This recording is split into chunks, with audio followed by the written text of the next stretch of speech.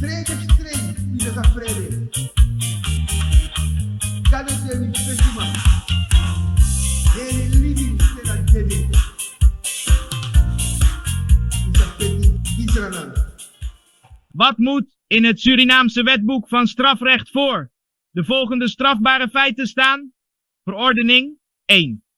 Tegen een ambtenaar die een andere beloning dan de wettelijke vergoeding ontvangt in verband met een ambtelijke handeling. 2. Tegen een persoon die bevrediging zoekt om op corrupte of illegale wijze invloed uit te oefenen op een ambtenaar. 3. Tegen een persoon die bevrediging zoekt voor het uitoefenen van persoonlijke invloed op een ambtenaar. 4. Tegen een ambtenaar die zonder tegenprestatie een waardevol goed verkrijgt van een persoon die betrokken is bij een procedure of een zaak die door die ambtenaar wordt afgehandeld. 5. Omkoping van getuigen. 6. Medeplichtigheid aan een van de bovenstaande. Wat zijn de oorzaken van corruptie?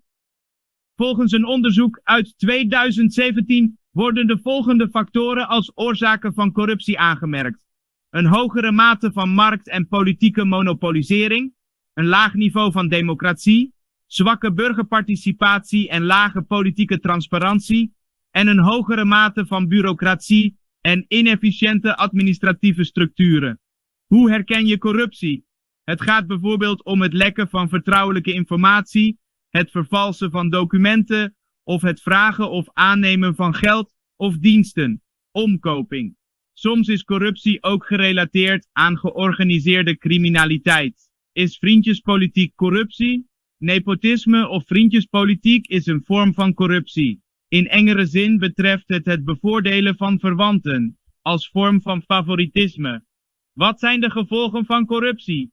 Corruptie ondermijnt ook het vertrouwen dat we hebben in de publieke sector om in ons belang te handelen. Het verspeelt belastingen en heffingen die bedoeld zijn voor belangrijke gemeenschapsprojecten. Dit leidt tot slechte kwaliteit van diensten of infrastructuur, of projecten die nooit van de grond komen.